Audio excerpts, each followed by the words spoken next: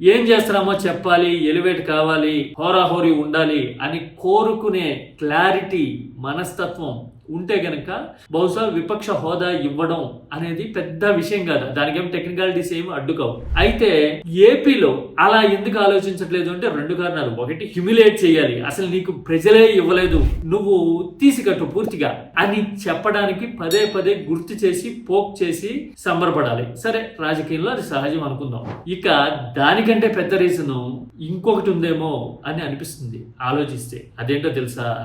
AP హిస్టరీలో most impactful, powerful, larger than life image ఉన్న విపక్ష నాయకుడు ఎవరు అని అడిగితే టక్కన రాజకీయ పరిజ్ఞానం ఉన్న ఎవరైనా సరే వైఎస్ఆర్ అనే పేరు చెప్తారు. అవును కదా? 99 నుంచి 2004 మధ్య అప్పటి సభానాయకుడి కంటే కూడా విపక్ష నాయకుడే జనం నోళ్లలో నానడము, విపక్ష నాయకుడు ఏం మాట్లాడుతున్నాడో చూసేందుకు జనం ఆరాటపడ్డం అనే ఘట్టాన్ని ఏపీ రాజకీయాలు అప్పట్లో చూసాయి.